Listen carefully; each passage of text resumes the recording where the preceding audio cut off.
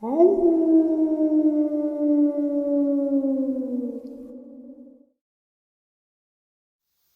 and salutations. I hope everyone is still doing well, and welcome to this night ending bonus upload.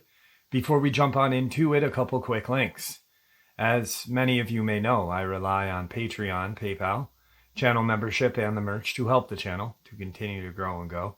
Links to Patreon, PayPal, and channel membership is in the description below. Merch displayed directly under the video. Also, Dogman Frightening Encounters Volume 1 through 3, the audiobook versions. They were written and researched by Tom Lyons, narrated and produced by me, Jeff Nadolny. These audiobooks are available on Audible, Amazon, and iTunes, links to which are also in the description as well. And finally, last but definitely not least, if you'd really like to help support this channel to continue to grow and go, simply subscribe. It does not cost a cent. Click the like button, takes half a second. If you don't want to miss out on any of the informative uploads that I put out daily, click that bell icon. And folks, please leave a comment and share the video. Why? Well, because all of these things, they really do help the channel to continue to grow and go. They definitely do matter, and they are appreciated.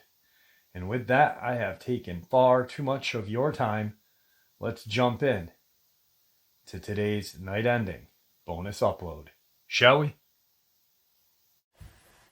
All right, so for a little backstory, this experience happened in 1983 by the subscriber who reached out to me. His name is Russell, and his dad is also named Russell. His dad has since passed. It happened in or around Baxter State Park, which is in Maine, north central Maine, very far away from the ocean, just a very beautiful place. I've been to Baxter a couple different times, and it happened in a location near Mount Katahdin.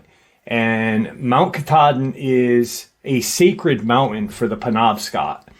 I'm going to give you some backstory on that area, and then a little bit of backstory on Russell, and then the experience. It is truly a mind-blowing experience, as well as the backstory of the whole area.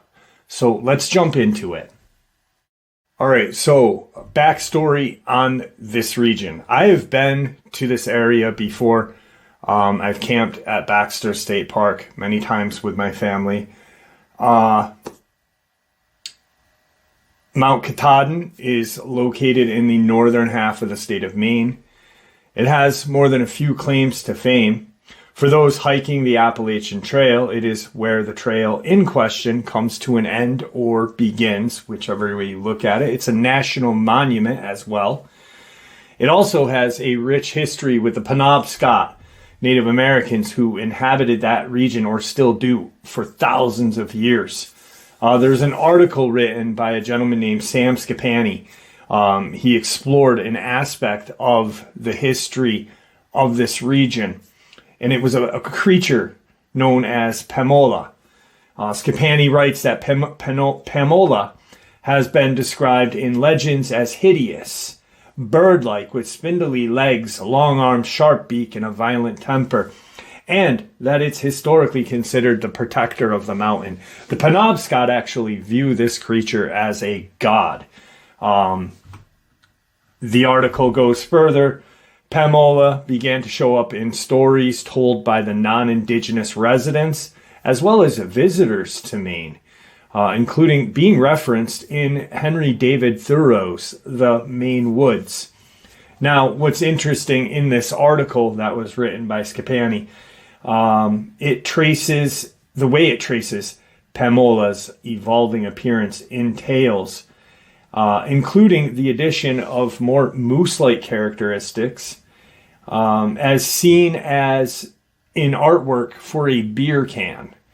Now, questions remain over the ethics of referencing indigenous legends like this. Scapani addresses this, noting that the Wabanaki knowledge keepers, which are the Penobscot, today prefer to keep the most sacred stories about Pamola within their tribe, which, when it comes to sacred knowledge, seems understandable. Still, the way perceptions of Pamola have changed over the years makes for fascinating reading and a story that is still being told. So pretty much, I understand what they're saying. I have an uncle and aunt, and a cousin, three cousins that still live, two that live on the res, one lives in the city now, in Hogansburg or the Akwesasne Reservation. And because of the internet and other, TikTok, Reddit, creepypastas and such, native lore has become kind of a mockery. Wendigo. In my culture, Mohawk, there's a small little museum up there. And the first time introduced to the Wendigo ever, I was probably 13, maybe 14. And there's a painting of a emaciated human being, a black mist, and a white creature that is crossed between a Bigfoot and a demon. It had a very weird tail, very creepy looking painting. But I understand completely, with creepypastas, people are seeing skinwalkers in Georgia. Which it's not. Yenadalushi is a Navajo name for skinwalker. Now, what people may be seeing is a shapeshifter. Totally different. But that native lore, that Yenadalushi, the skinwalker, that name means something to those people. Just like Pamola. It should not be on a beer can. You know what I mean? So anyway, some history there.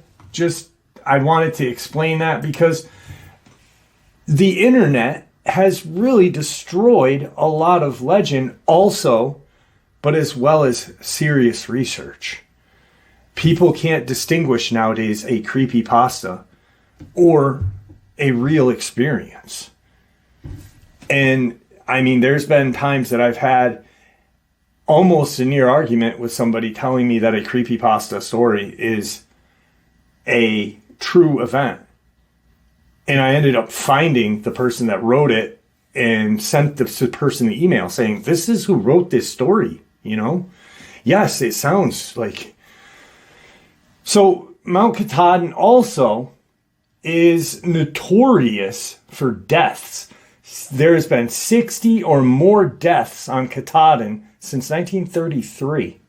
So they're not even counting prior to that, which hundreds, thousands.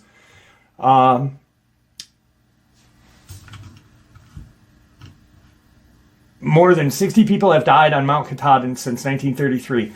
When the first known death was recorded in Baxter State Park, the mountain is often near the top of the list for the most deadly low mountains on Earth, with more fatalities per foot of elevation gained than some higher mountains in the Himalayas.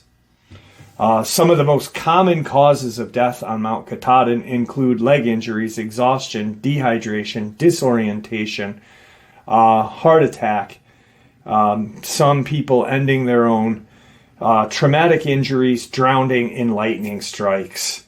The most famous hike to the summit of Mount Katahdin is along Knife Edge, a glacial artery that is only 3 feet wide in some places. The trail requires careful footing and steady nerves, but it can be an incredible hike on good weather.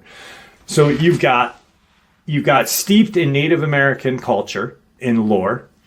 It is already known as one of the most dangerous low mountains in North America, the world. I mean, they're comparing it into the Himalayas. Now, Katahdin is the northern terminus of the Appalachian Trail and is near a stretch known as the 100-mile wilderness. Though part of the Appalachian mountain system, Katahdin is isolated from that range and sits largely on its own.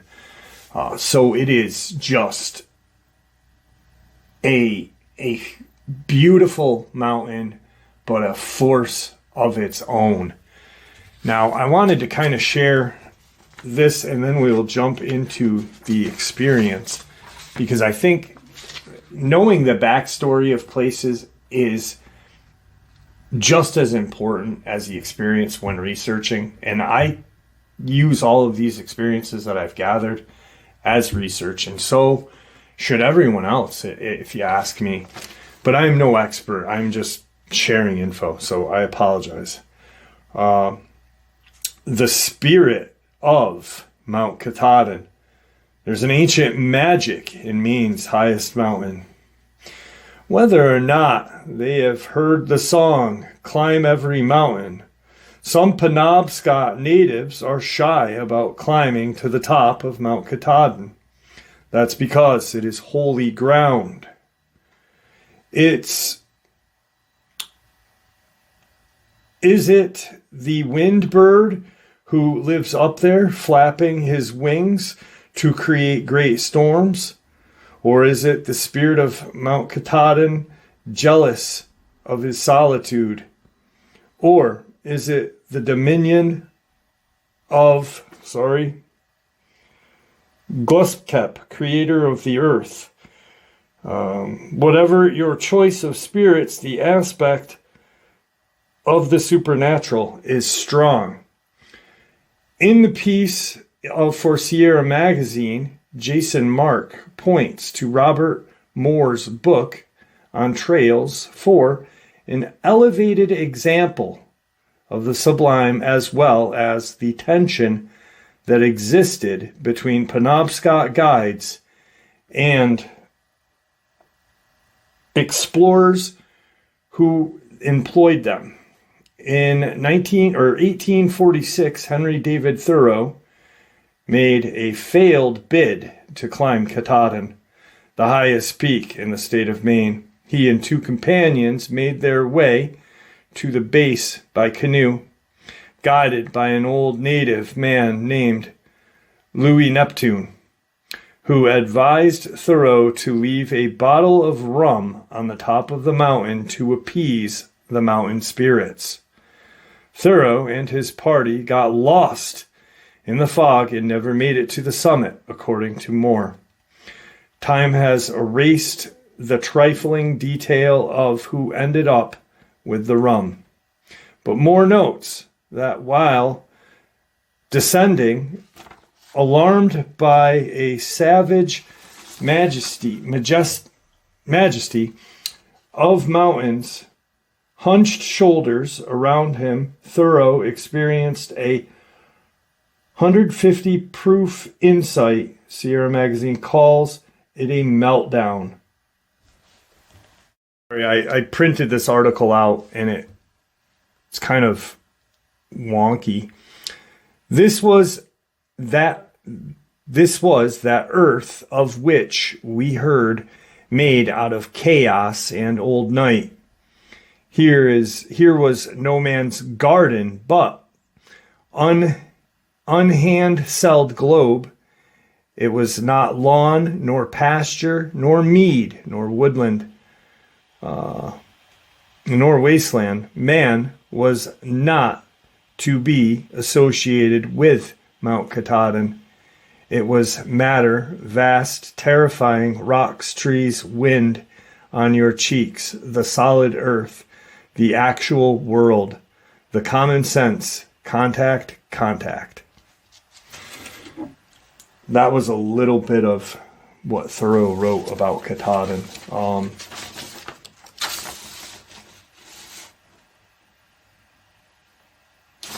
The mountain is a dangerous place. Obviously, with the history of the Penobscot, there are still native Penobscots that refuse to hike up there. There is tales of creatures beside the Pamola that resemble, obviously, Bigfoot, Dogman, and others. But the godlike creature that the Penobscot talk about is what Russell believes his father saw. And after talking with him and such, and him listening to other things, we both kind of came to a conclusion that what his dad saw was a mountain giant. And when the Penobscot natives are at this, base of this mountain and they see this gigantic man-like creature, what are they going to refer that to? A god. It only makes sense, right? Let's get into some quick background on Russell, his dad, in this experience. All right, so now we have the information about Mount Katahdin, the Penobscot lore and such, which it is much more than Pamola. There are other creatures and such that I had mentioned before. So Russ is who we will refer to as Russell's dad. Russell is the gentleman who contacted me. This experience happened in 1983 on a hiking trail called Cathedral Trail. Now, Russ was a merchant marine. He had grown up in the northern part of coastal Maine in an area called Lubec.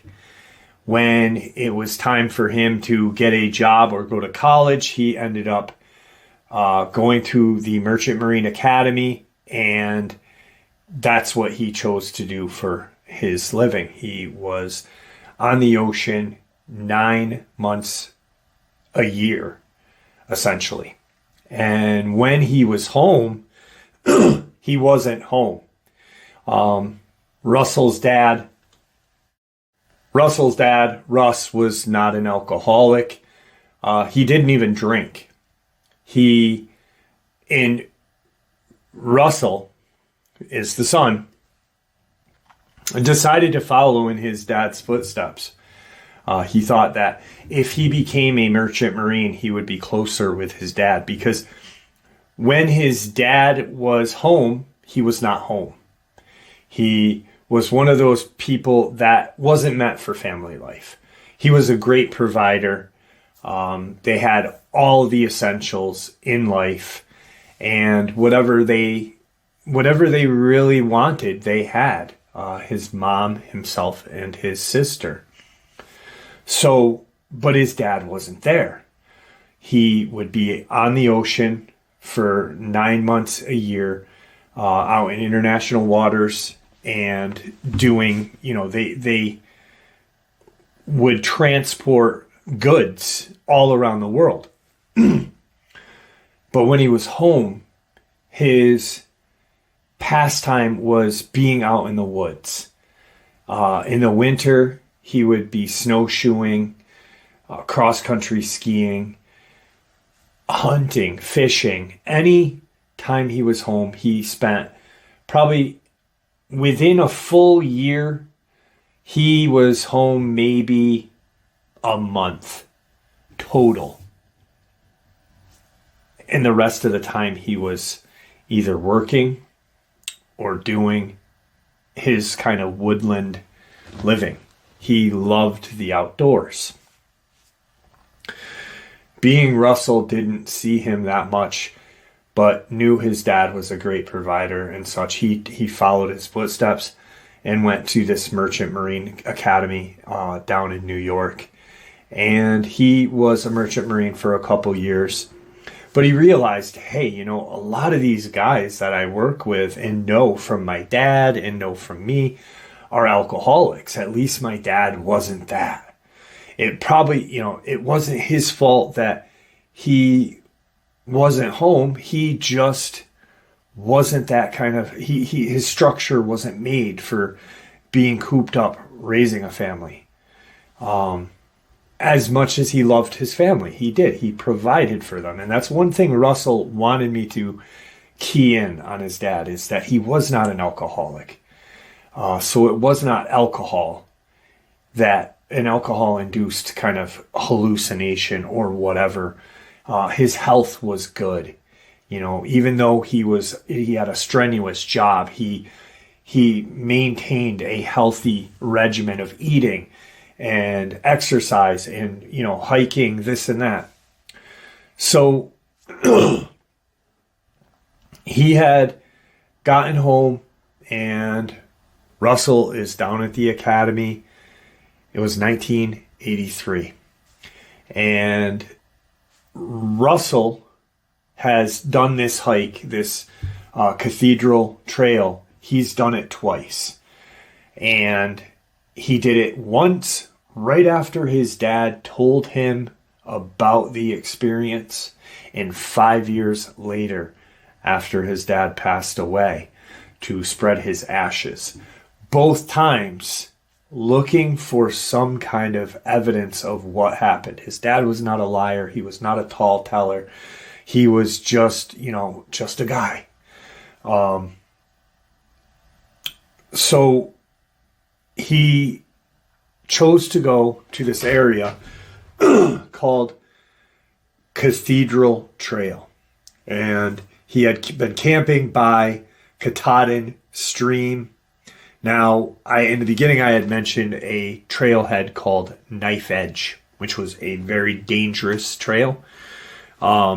Cathedral, almost as dangerous, strenuous, a very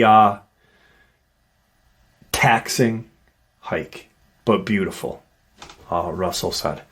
So I guess what the day started out, he had been there for 5 days, Russ, and he had already hiked a couple of other trails off of Katahdin, but he wanted to go on this Cathedral Trail. The reason why it's called this is because there are 3 peaks that resemble a cathedral. And for some reason, it was one of his favorite hikes. So he's going out that way. When he went camping, he would bring the necessities, set his camp up usually in the same location, which would be by Katahdin Stream, so he could take advantage of the water. He had access to a couple of trailheads right there within, not far of a walking distance. But he also had access to quickly leave the area in case he had gotten hurt or sick or something. So he's very smart at what he has, done for all of his life.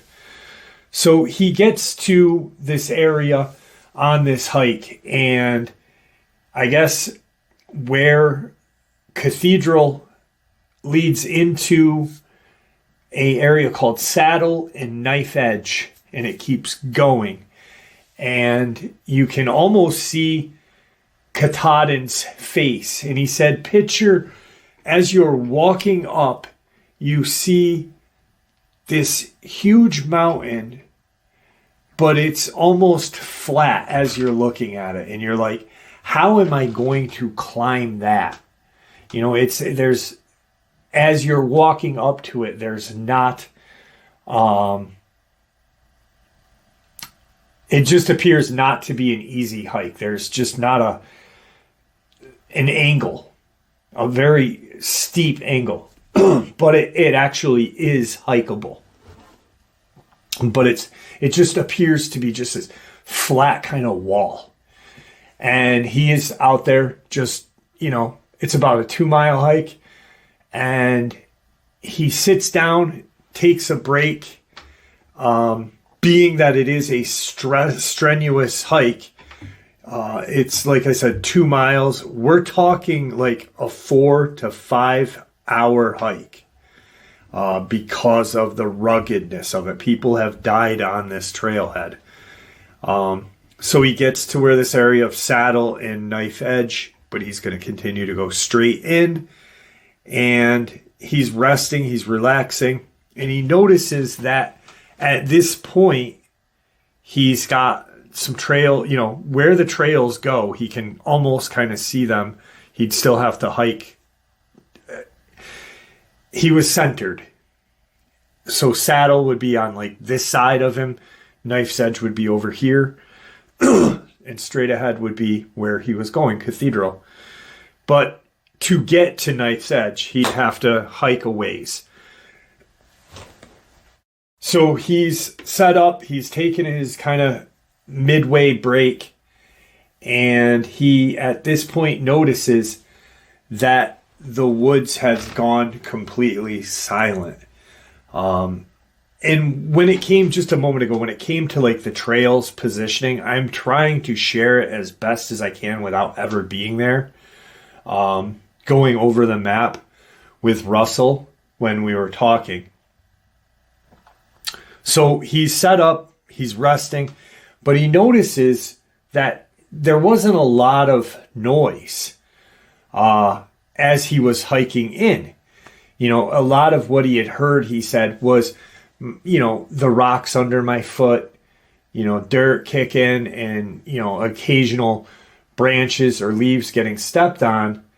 But there wasn't a lot of animal activity at that day. And usually, he said, usually there wasn't. But today was just a little stranger. There was less. And he had noticed that right off. And it had like this just really odd feeling to it. And he said that this trail is notorious for having a very eerie kind of vibe around it. And so doesn't Knife's Edge and Saddle and all of these other little trails. But his dad, Russ, notices right off, like, something's not right. I'm halfway to where I want to go, or I'm halfway back to my camp. If I continue and something happens, and he's not thinking, he's like, not thinking it's a wild animal. He's just almost like something bad was going to happen. And he couldn't pinpoint what it would be. But he's like, mountain lion, something bad was going to happen. But he's like, if I continue going that way, he goes, I've got now a couple hours more till I get back to camp. Should I just, so he says, I'm going to wait here and I'm going to see how I feel. And then if everything feels good and this eerie feeling goes away, I'll go and hike the rest of the way, set up on the mountain for a little bit. And, you know, it was a beautiful day. So he was like, I'll set up there. And if everything goes smooth, maybe I'll just camp up there under the stars for the night. And because he had a blanket in his pack and stuff, he'd always brought in a blanket in case anything ever happened. But he makes that decision to go further, to push on. And it was a decision that really changed his whole view on Mount Katahdin, Baxter State Park. Because after this trip, he pulled back from going hiking, pulled back from doing more activity like snowshoeing in the winter and such, especially in that area. He didn't stop, but he really, he stayed more away from the park and went to more campgrounds, I guess you'd say. Less isolated locations after this experience. So he goes and he sets out on this rest of the hike. Now he gets to roughly 3/4 of the way to where the peak of the mountain would be and where he could rest. So as he's getting 3/4 of the way, he gets to this one location called Saddle Trail, which I had talked about when he was halfway in. Now, Saddle Trail kind of crisscrosses through the cathedral. And to get to Baxter Peak, he'd have to use the Saddle Trail, which connects to Cathedral. He's right about to that area, and he notices right off, he's mid-step, and he can hear the rocks. You know, if you've ever hiked, and I'm sure many of you have, just, you know, walking outside, you hear your feet kicking dirt, kicking rocks. And especially in an isolated area, that's almost intensified. So he's hiking, and he realizes that not only can he hear his own feet and his own footsteps, but he hears other footsteps. And they sound to be like on the sides of him. So to his left, to his right, and behind him. And he realizes this, and he continues to walk. And he's really not trying to make eye contact or visualize anything that's around him. He is trying to figure out, all right, if there is something here with me, I do have a firearm. I have a pistol with me. He had a 38. It sounds like there's more than one. I don't know what it is. And he's at this point thinking mountain lion. He's not thinking bear at all. Maybe a moose. But then he's like, it can't be a moose. I'm too high up. And this doesn't sound quadruped. So how can it be a mountain lion either? Maybe it's a guy. Maybe it's two guys. Maybe it's three, because something sounds like it's behind me. So he gets to where this saddle comes in, and he's on that now. And he says that at that point, I'm going to turn around and I'm going to do a 360 and get my bearings to me, Russell. I'm going to figure out what the hell has been trailing me. And when he does, he kind of stops and he turns. Now, he has already pulled his revolver out, and he kind of spins. And when he does, he can see movement off to the bush, off to the side in the brush. So, you know, he turns and he sees something, but he doesn't have a full clear vision of what it is. He just sees that it's something large, about his size. And as he gets to this side, he sees something like a bright red color, which is off for this area. Right now, everything is like tan brown or green, or dark brown. So he spins and he sees this red, but he's continuing to spin. He doesn't stop. He wants to do a full quick 360, and whatever comes to his head at that point, I'm either going to finish or I'm going to figure out how to get back. Now, when he catches that red, that's, no pun intended, red flag right away. He turns and he gets to where right behind him. Nothing's there. So now he's back, done a complete 360. He's looking straight ahead at the trail that he was going to continue on. And he hears this growl from this side where he saw the red. On this side of him, he only saw something that appeared to be about his height. But he couldn't, there was no red, there was no color. It was just something that stood out to him. So he hears this growl on this side, and he spins quick, but he's trying to keep a visual and a kind of hearing on what's behind him, because if he's facing this way now, what is on that side is now behind him, so his back is open.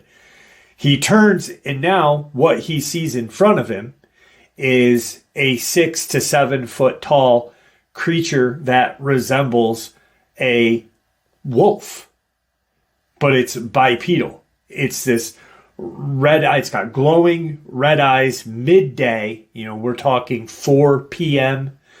midday, these bright red eyes. It's this grayish white black color. And it's growling. And it's no more than 30, 40 feet from him. And he now is looking at this, but realizes my back is wide open to another one of these things or something else. Like, what the hell am I looking at? But I know I just saw something behind me, or on that side, which is now behind him. So at this point, he has 2 options: turn and figure out how he's going to get back to his camp as quick as possible, or alive, or turn back towards getting to Baxter Peak. That's the decision he makes. So as he turns, he's going back up the trail. He drops his pack because his pack has a lot of weight to it. It's got a blanket in it. It's got some, his water. It's got everything. Only thing that he has right now is his pistol and a knife, a full-tanged knife. And he just starts running straight towards Baxter Peak. He has no plan on why he's choosing this. Probably because at that point when he's up there, he's going to have his back will be to a wall. And whatever's coming at him can't be behind him. So he'll have at least a fighting chance in his head that he's thinking about this. He can hear them right on his tail. He's not seen the other one that's been on this side of him yet. Now, he gets to about 1/8 of a mile to Baxter Peak. And he hears this howl, this whine. Like when, the way Russ described it to Russell was when you step on your dog's paw by accident or its tail by accident. And there's that just high-pitched art, kind of like that just, you've hurt your dog by accident. That's what I hear. But prior to this, I'm running straight ahead. My pack is off. I've got my pistol facing this way because that's the side that he visualized that, made eye contact with. So he's like, I'm going to shoot this one first if it's getting closer to me. But they're still on the side of him. They have not crossed the trails or gone behind him or any, they're just boom, right aside of him. When he hears that howl in pain, for some reason, instinctually, he stops and he spins immediately to the one that he saw with the red eyes. And what he sees is he sees it coming. He's 20 feet ahead of it. So he's looking this way and it's coming this way towards him, but it's not trekking at him. It's going in the same direction as him, but not directly at him.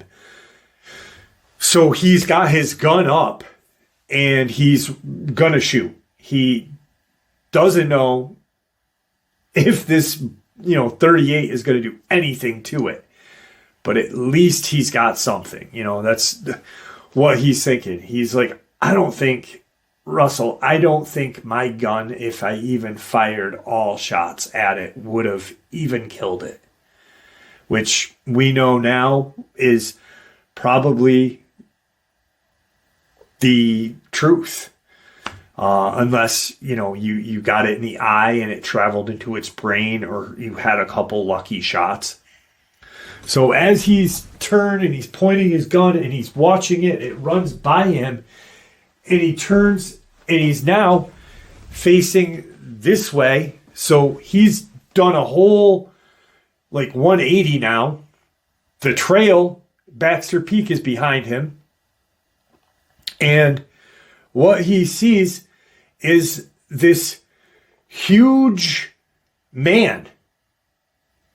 And it is at least 20 feet tall, he said to Russell. He said it was a man, Russell. It had hair. It had long hair. It had a beard. And when Russ told Russell this, Russell's first thing was, Dad, he didn't doubt him. He had never heard of Dogman. He had never, everyone in Maine has heard of Bigfoot. That's a no-brainer, especially in northern Maine. But, he didn't doubt his dad because his dad didn't tell tall tales. So he's like, was it a Bigfoot, Dad? Is that? And he's like, no, it was a man. It was at least 20 feet tall. He said it was standing in these trees, and the way these trees, 3 times as tall as me, dwarfing, these creatures. He said when he turned and he saw this one Dogman that was running at his friend, the huge man it was palming one of the Dogman's head. And it kind of picked it up and slammed it into the ground. And that was the pained howl that he heard. Because by the time this one had crossed the trail and started running towards him, he had slammed it 2 or 3 more times down. Just wham, wham, wham. Powerful. He could hear the thuds. Now he's spinning and he's looking at this, and his gun is still up. He's still has his gun raised. And he watches and he said, this other creature, and he said werewolf or dog creature, because once again, prior to Dogman, his dad was, not into cryptozoology, not into the paranormal. He had heard his dad talk about weird shit that he's seen in the ocean, weird, strange humps, but nothing like Bigfoot, nothing like anything, even knowing the history of the Penobscot and all of that. So he said this Dogman, I'm saying Dogman, just lunged at this man, this giant man, as it's slamming this other Dogman into the ground. And he's looking and he's like, I really thought that this Dogman thing was going to, hit this guy and just start attacking him, because the giant didn't have eye contact. It was like he wasn't looking, and he was just smashing this other one into the ground. But he said when it lunged, and it got the thing in the shoulder, and he kind of threw the one that he had just smashed, threw this dead Dogman into a tree, and it just, buckled the tree, buckled its body. And this thing's biting him, it's clawing him, he can see it. But he's like, Russell, this thing, this guy, this whatever was so large that the Dogman itself was 7 foot tall. Maybe, he said it wasn't that much bigger in height than I was. Maybe 6 to 12 inches taller than I. His dad was 6'1", and Russell's 6'2". So his dad was a little bit shorter than him, he said. So it wasn't that. But when it hit and bit this guy in the shoulders and was clawing at him, he said this giant's arm, seemed to be as big as this creature that was attacking him. He said, and what it did was it pulled its head. It just grabbed its body and went whoop right off. And he's watching it. Russ is watching this happen. And he sees it, and he doesn't know what to make of it, because right now he just witnessed his own possible death of what would have happened if these two creatures attacked him. But he's just witnessed something so outrageously unnatural and supernatural that he's in shock. His gun's still up, and he's staring at this thing.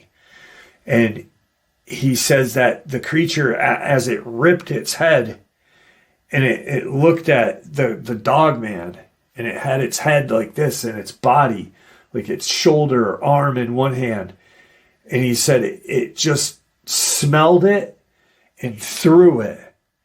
And he said it pointed at his dad and went, like, pointed and pointed again, like, push, like, leave, get the hell out of here. Like a double push, not, it didn't touch him, but a point and then another point. And how he was pointing, where Russ was standing, he was on the trail. And as he's pointing, the only thing that was behind him was his camp, the trail back toward his camp. And he did. He's backing up, and he's watching this huge man thing, and he's trying to figure out what the hell just happened. And as he's walking back, this thing's not moving at him. It's just, at this point, it's not staring at him. After it did the double, like, get the hell out of here, it started to look around, like, for the body of the Dogman or what. He didn't know what it was looking for. So he turns, and he said, I saw my backpack. My backpack was 150 feet from where I was standing. I could, see it right there on the trail from where I dropped it and just started running. He said, so I just ran to my backpack, and I picked it up and I put it on, and I turned around. And he said, I saw this thing turn, and it just started walking into the woods. He said, and it was like this mirage, this shimmer just appeared, and he was gone. He said, nothing, no doorway, just this weird shimmer in the daylight, and it was gone. And he had noticed that it had the body of the one that he had thrown that hit the tree and the one that he ripped apart. It had a body in each kind of hand as it's walking, and that shimmer just happened. And it was gone. And he stops at that point, because now he's like, all right, what the hell just happened? I've never seen anything like this. He's heard the Penobscot lore, like all of the non-native residents of that area have, but he's never heard anything like this. He's heard of the Bigfoot. He's heard of this and that, but this is so foreign to him, so unnatural. He puts his pack on, and he makes a conscious decision to walk ahead and see if he can see any blood or any kind of scuffle that can make this, that it just happened. Because after he saw that mirage thing, this just kind of whatever, he almost thought like maybe he had overdone it. Maybe he had heat stroke. Maybe, something, just whatever. And he imagined this all. So as he's walking back from where his backpack is, he can see roughly where this incident just transpired. Mind you, his backpack was 150 feet behind him. He was about 50 feet from this event that just happened in front of him. So 200 feet, and he walks it. And he is now like, I'm just going to look. I'm not even finishing this hike. I don't even want to be here. But I need to kind of see if there's like blood, if there's dirt, kicked around, a proof of a fight, proof of something that transpired here. So he gets beyond the tree line, the brush line, where this giant was standing, and he gets in it, and he sees this spray of blood on the leaves and trees and shit. And he sees that in these, pine, acidically ground area, that it does look like there's scuffle marks and all this other shit that happened. And he said, okay, this really happened. What the hell is that? And he makes it back to his camp. The whole way he's just terrified. Absolutely terrified. He's holding his pistol. He's got his backpack on. He's keeping an eye over his shoulders. Any kind of noise he hears, he's jumping. Like, what the hell was that? Gets to his camp and makes the decision, I'm going to stay here one night more, and then I'm going to go home. I'm going to, I can't drive, but I think I'm okay here. And he stays there for the night. He then gets up, packs his camp up, and heads home. I guess after that is when everything changed for his dad. His dad his family started to realize slowly that he wasn't going out as long. He was still going camping and whatever, but it wasn't for a week, 2 weeks on end. It was, a couple days.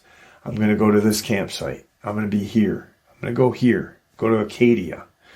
But never deep in Baxter or Mount Katahdin. And he had never mentioned this to anyone. Russell said that he never told my mom. He said one day me and my dad were sitting on his back porch, and we were having coffee. We were talking about tearing down this kind of old barn that was in the back. And he looked at me and he said, I got to tell you something that happened back in 1983, but you can't tell your mother. I've never told anyone this, but I need to share this with somebody, because I don't know if I went crazy that day or if what I saw really happened. He goes, and where we live, the Native American lore is strong here, and it is very supernatural. It is very dangerous, kind of like the tales that they have heard are about people being hunted by whatever. And he tells Russell, and Russell's just kind of looking at him like, what the hell? This is my dad. Like, my dad doesn't believe in ghosts. My dad has never talked about ghosts. My dad just, periodically he would talk about, something weird that caught him off guard while out in the sea. People acting strange during the northern lights, or something weird harvest moon while you're out on the ocean coming in. Just stuff like that, but that can be kind of explained. So then after his dad tells him this, he said, I had to go up. I had to see, this is long before, 1983. He said, my dad told me this. It was about 1998, maybe. He said, so I had to, go up. There was no, people talking about this on YouTube. There was nothing like that at that point. He said, I needed to see for myself. And he said he'd went up there and everything was fine. He said, both times that I've hiked there, I never had an incident, ever. I never felt weird. I never felt afraid. He said the last time in 2004, when he spread his dad's ashes, he said, I put my dad's ashes, part of them, in the area of Saddle Trail, Cathedral Trail, going towards Baxter Peak. He said, I wanted to put some there. My dad never told me to. He said, but he said, because my dad told me his experience, he said, I figured maybe he'd like it to be his ashes to be there. So maybe he could, in his afterlife, figure out what everything was that transpired. Years go by, and Russell starts to, look into things. He's never had an experience of his own. He's never had any kind of Bigfoot sighting, nothing.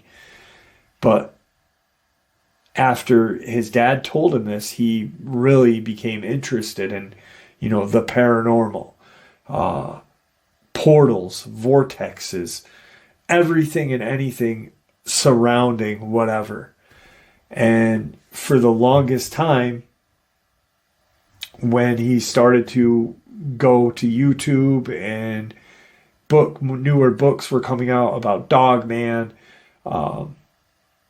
he realized, shit, that's what Dad saw was two dogmen. But what was the giant guy? Was that a Bigfoot? Even though his dad said no, it was not a Bigfoot. It was a huge man. Like, he did have beard. He had like a beard, not a groomed beard, obviously, but a long hair, but skin. You could see skin. You could see he was just a human form, but just gigantic. And that's through the years, he had started to learn about Native American lore in the Southwest, Lovelock Cave giants, this and that. And that's when he started to say, holy shit, maybe my dad saw a giant, a Nephilim. And then he reads and learns more about, that's when he starts looking more into the Penobscot lore of this mountain, Mount Katahdin, and how they viewed as a god up there. And like I said in the very beginning, you're Native American, right? Thousands of years ago, hundreds of years ago, before European settlers are here. You're a Native American and you're hunting by Mount Katahdin, and you look up and you see a 20-foot human-like thing that's, 3 times the size of you. What are you going to think that is? A god. And that's when he was like, I really think Dad saw a giant. And I really think that that shimmer, that kind of mirage, kind of whatever, was it walking into a portal. And I was like, did he mention like a metallic noise? Did he mention any kind of noise, like a vibration or anything? And he said no. But maybe Dad maybe he didn't remember hearing it and share it with me, because it was years after his experience when he finally shared it with his son, 15 years later. And then 5 years later, he passes away. So 20 years had gone by. He's not going to remember, holy shit, I heard these, chimes or whatever. It was making this vibrating noise. No, all he remembers is this horrific attack and these dogmen getting savagely torn apart and killed. But was that giant protecting him from those dogmen? Or were the dogmen, he said this too, were the dogmen protecting my dad from the giant? But if that's the case, why did it point at him twice to kind of tell him to leave? And I flat out said, Russell, I have no idea, man. Holy shit. That's insane. Insane. And then I looked into, some more information on Katahdin. I mean, I've heard weird stuff about Baxter Park.